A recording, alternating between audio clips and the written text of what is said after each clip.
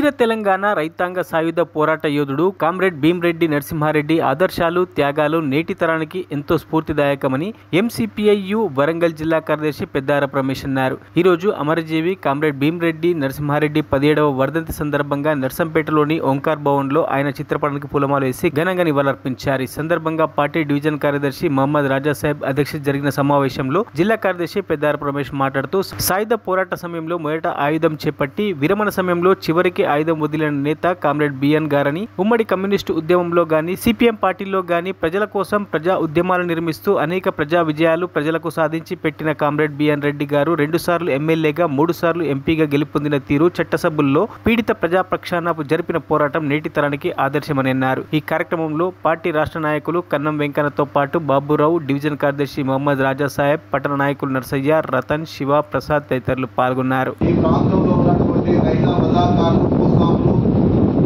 వ్యతిరేకంగా ప్రజల్ని చైతన్యవంతం చేస్తూ గ్రామ రాజ్యాలు ఏర్పాటు చేసినటువంటి అందరూ తెలుసు. ఆ పోరాటానికి నాయకత్వం వహించినటువంటి గొప్పవారు అమరజీవి కామ్రేడ్ భీమ్రెడ్డి నరసింహారెడ్డి గారు.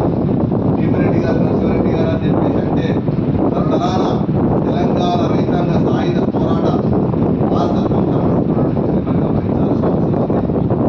కోసం తెలంగాణ రైతాంగ సాయుధ పోరాటాన్ని నడిపి ఈ ప్రాంతాన్ని విముక్తి కావించడం కోసం తన శక్తినంతా దారపోసినటువంటి అమరజీవి కామ్రేడ్ భీమ్రెడ్డి నరసింహారెడ్డి గారు వారి వారసత్వాన్ని పురికిపుచ్చుకొని ఈరోజు భారత మార్క్సిస్టు కమ్యూనిస్టు పార్టీ ఐక్య ఎంసీపీఐయు ముందుకు సాగుతూ ఉన్నది.